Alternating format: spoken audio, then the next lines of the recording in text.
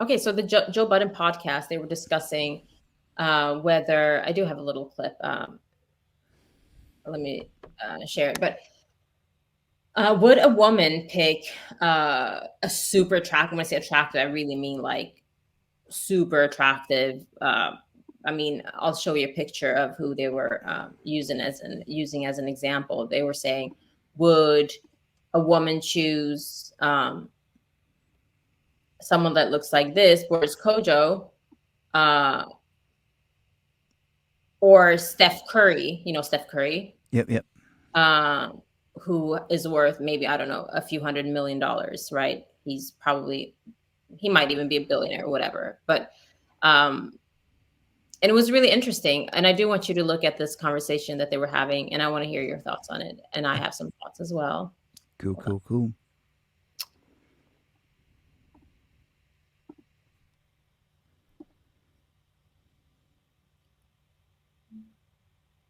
Right.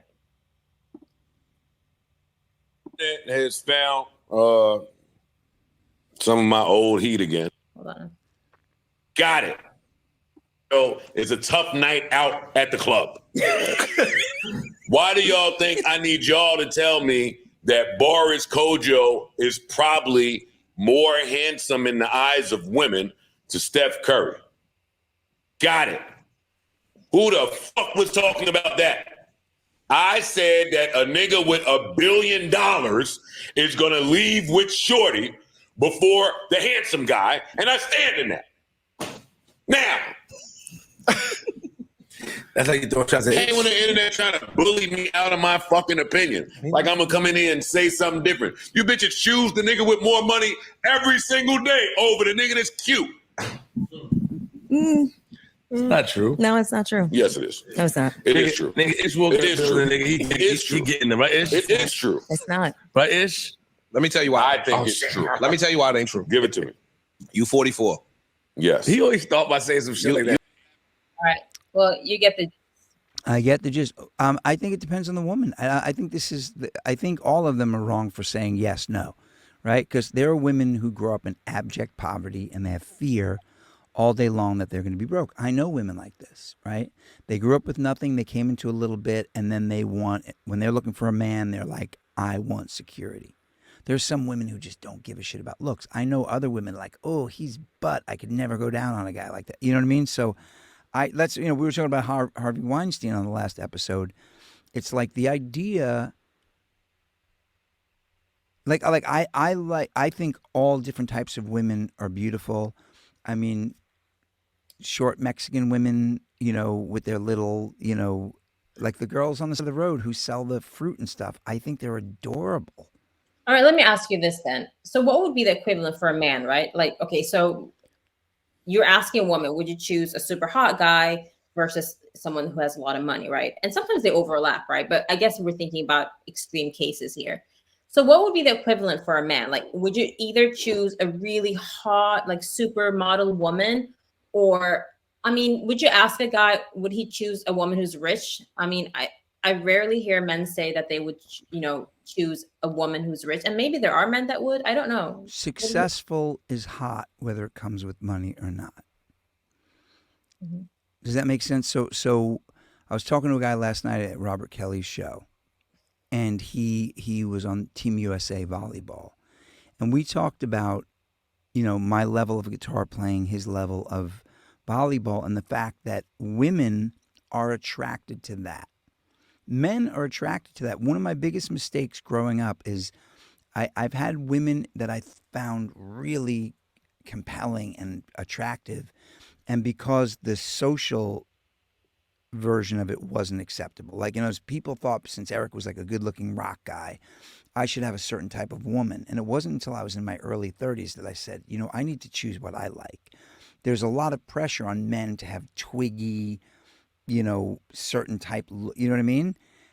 And I think that I don't think the social version of what we choose is necessarily what we really want, if that makes sense. Yeah. Like I there was a girl, Rosario, who I met in the mall when I was like 22 years old. I had this major crush on her, but I lived in white boy parts of Long Island, and coming home with this Puerto Rican girl who was like a little bit ghetto and some tattoos back in the day.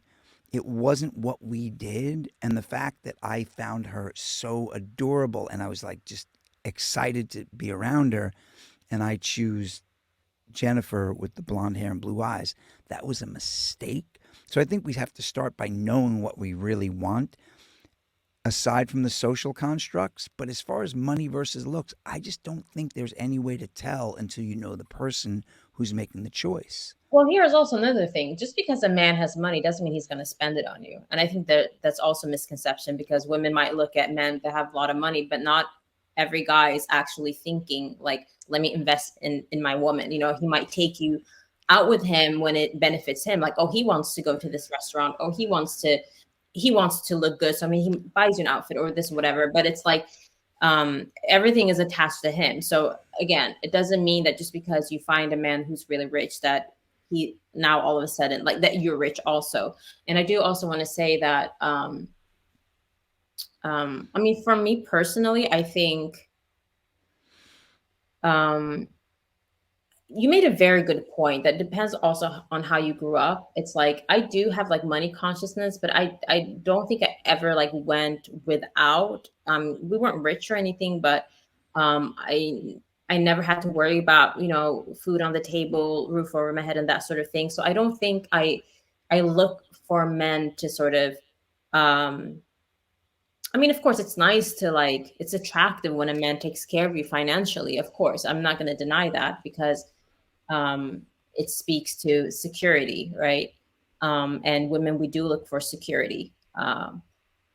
But I think a man's wealth might be more of a priority to someone who really had that like sort of like poverty mindset growing up. And I mean, I don't know.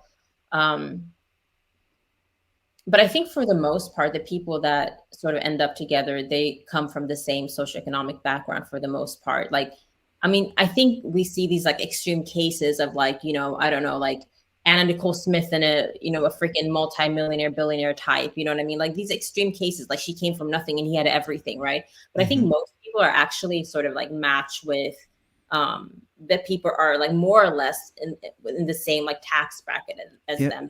That's sort of like how you would encounter people in the first place. You know what I mean? Like I don't hang out with billionaires because I don't have billionaire money. You know, I don't even have like multi-millionaire money. So like, I you know, my day-to-day is not like with super wealthy people, and, you know, sometimes, but not like my day-to-day, you know, because that's more with around people that are like more, you know, in my tax bracket, I would say, because, you know, you live somewhere in a neighborhood and people are going to have more or less similar incomes as you. If you frequent certain restaurants, it's going to be, you know, it's, you get what I'm saying. Yeah. Well, again, I work for and am friends with a guy who's a really, and I mean, old money, real heavy wealth. And when I'm just hanging out with him, I can't keep up with him. He'll be in 3 different countries. I mean, he has a family now, so it's a little bit less, but he just can do things. We went boot shopping once in Austin, Texas, and the boots that he bought and the boots that I bought, you know, I bought like a $200 pair of snakeskin boots, and he bought like a $2,000 pair of something else. It's just like so just hanging and not working together, sometimes it's a little uncomfortable, because sometimes I wonder if he understands the difference between the way I have to live. He's also the greatest guy in the world and super generous, but there is a disparity. A lot of his friends have big cake, you know? Dance.